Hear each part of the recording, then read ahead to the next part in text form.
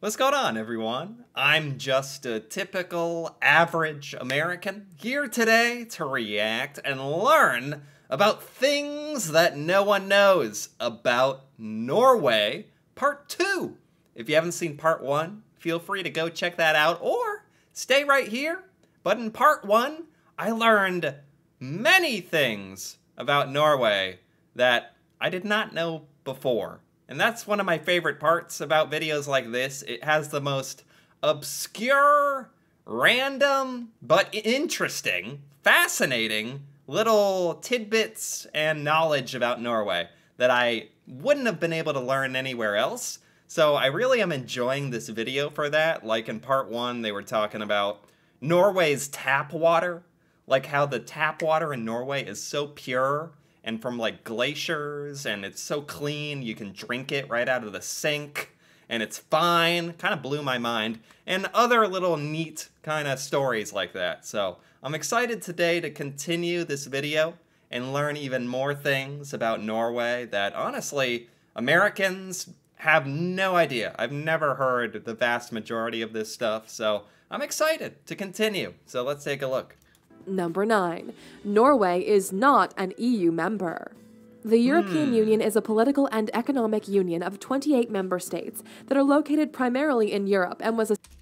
You know, I remember hearing this a long time ago. Norway is not part of the EU. That is strange. Why is that? It somehow benefits Norway to not be part of it, I believe. I don't remember why. Established in 1957 through the Treaty of Rome. Back then, only 6 countries entered the Union and 7 more would enter as the Union grew bigger. Norway was a part of the second batch of countries that wanted to enter the Union in 1972. The decision was negotiated for almost 2 years between Norway and the rest of the member countries, but was ultimately submitted to be a referendum vote, and the population voted against the EU. Wow. Oh, I didn't know that. I didn't know that Norway tried to be part of the EU. Norway wanted to join, but then they put it to a vote, and the public of Norway decided no. That's actually awesome how that, like, it was just put to a vote, and honestly, the people of Norway decided no, we don't want to be part of the EU. I know that, like, places a lot of rules on how trading and kind of interacting with the EU goes, so I forget some of the details, but I know there was like a smart reason for this. Since then, Norway declined another EU invitation and is still not a member of the EU, but wow, then they wanted Norway to join. First Norway was like, no, we're not joining. Then they're like, no, please, please join. And Norway's like, nah, I'm good. Remains one of the richest and most prosperous countries in Europe. Yeah. Number 10. Oil is very expensive in Norway, even though they produce and export it. Really? How does that work? Huh. So even though Norway is known for its oil production, it's not cheap in Norway? Like, huh. I wonder if there's a reason for that. In case you didn't get it by now, Norway is very expensive. It's up there with Switzerland, where a small bottle of water is at least $5 at the supermarket. Topped with housing, groceries, utilities, transportation, and dining out, you end up spending a few €1,000s just on your daily life expenses. If you paid attention, we mentioned earlier that Norway makes most of its money and profit from the oil industry. Yeah, but selling the oil to other countries, I assume. This is also saying that even within Norway, it's expensive? They extract the oil from the Northern Sea and then they export it. That easy. You would expect in this case to buy 1 liter of petrol at the gas station for a couple of dollars since they have so much of it. But no. Norway has the highest oil prices in the world. What? 1 gallon of petrol is at least $7.82. What? Yeah, wow. So the gas in Norway is crazy expensive. That is like over double what I'm used to. $7 a gallon? No wonder Norway so many people in Norway are getting electric cars. Oh my gosh. Wow. I wonder why this is, though. It's just because everything in Norway is like a premium. Everything is kind of expensive. So even though Norway does manufacture and produce a lot of oil, that doesn't mean that the oil companies give any kind of special deal. They still got to make money, I guess. Almost 3 times more expensive than in the US. Yeah. If you want to find out some more about another northern country, make sure to watch our video 15 Things You Didn't Know Wow. About Finland. Almost 3 times. The gas is almost 3 times more in Norway. I didn't know that. The most expensive gas in the world? Of course it's Norway, which is kind of known for being expensive. Number 11. Norway is the first country that banned tree cutting. Really? Just Googling Norway on the web or watching the movies we mentioned a few minutes ago will get you the full picture of just how beautiful and raw this country is. Wow, this kind of makes sense with how well Norway seems to care about its nature. I was learning about camping and stuff in a different video, and one of the rules of camping in Norway is leave the nature how you found it. Don't do any harm to the nature, and this kind of fits in exactly with that, but to the extreme. Like, it's illegal to cut trees. Like, Norway, I mean, based off this picture alone, clearly has a lot of trees, but you can't cut trees down for, like, companies and stuff? Lots of untouched nature, natural reservations or parks, Aurora Borealis, and Lapland are just a few of the wonders you can experience in rural Norway. And in order to keep the landscape as Mother Nature intended, the government decided to act and passed a law that banned tree cutting across the whole country. What? Like, no tree cutting at all? Like, not even for making paper or furniture or something? I wonder, like, can businesses cut trees down, or is it just no one can cut a tree in Norway? That's crazy. That's wild.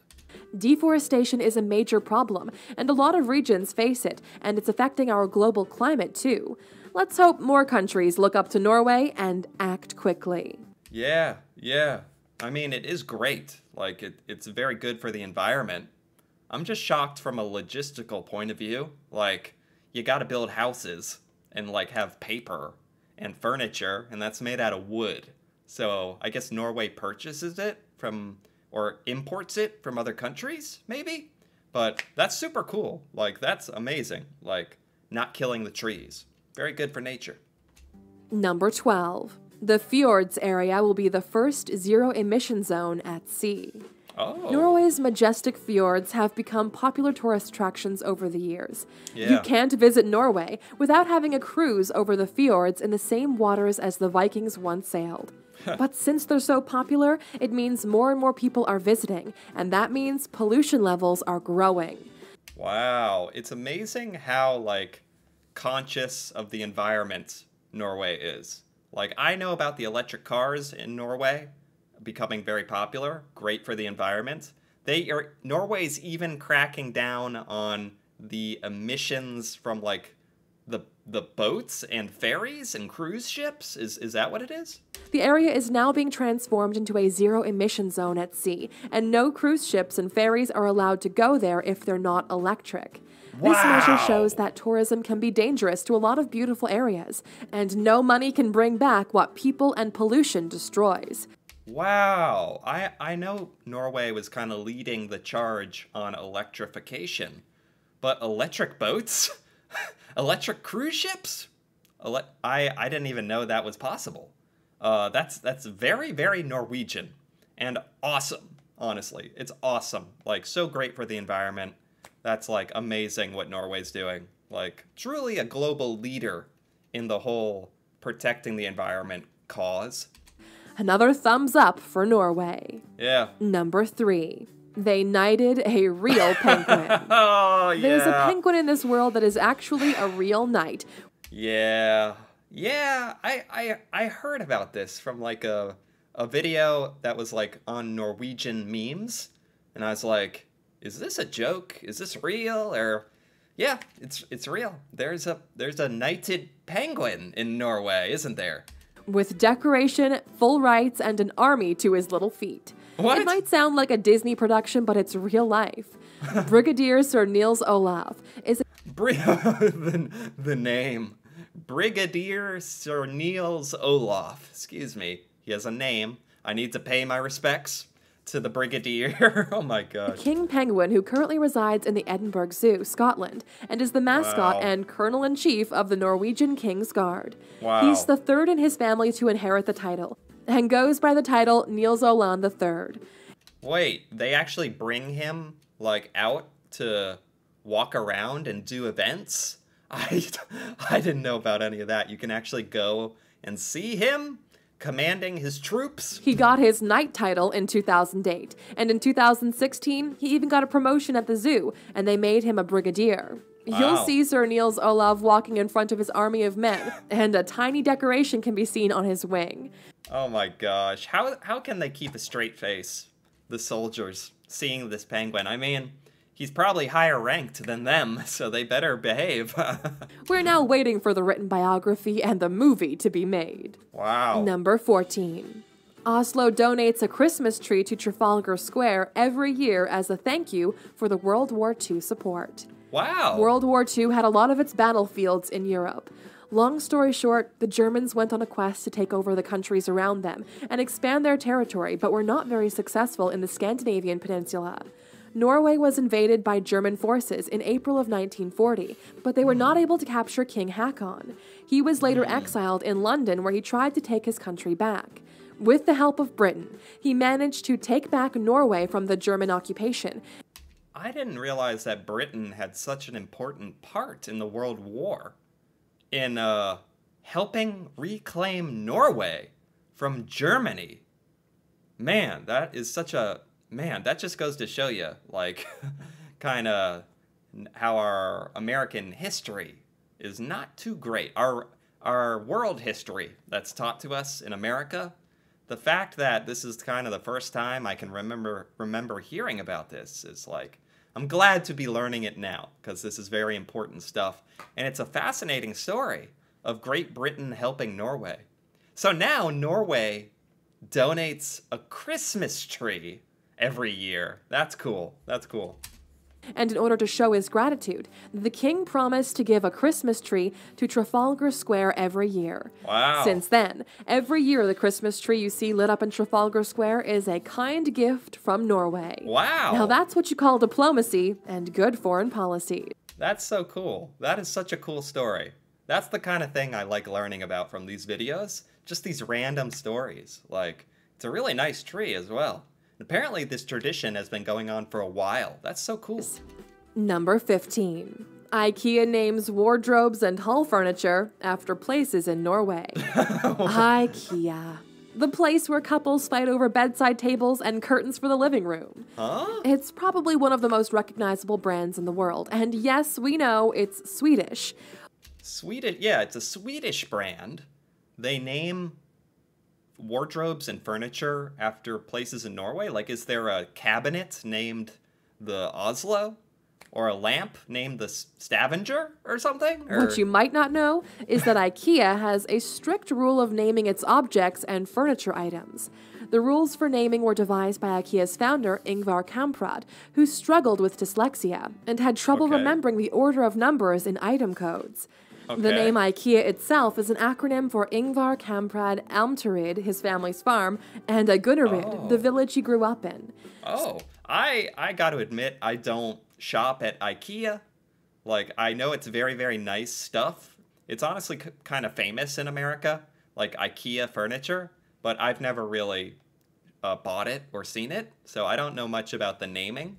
So, bathroom articles are named after Swedish lakes and watercourses, bed Oh. textiles after flowers and plants, and beds, wardrobes, hall furniture after Norwegian place names. There are Oh. also other Scandinavian references and a lot more of Swedish culture. But Huh!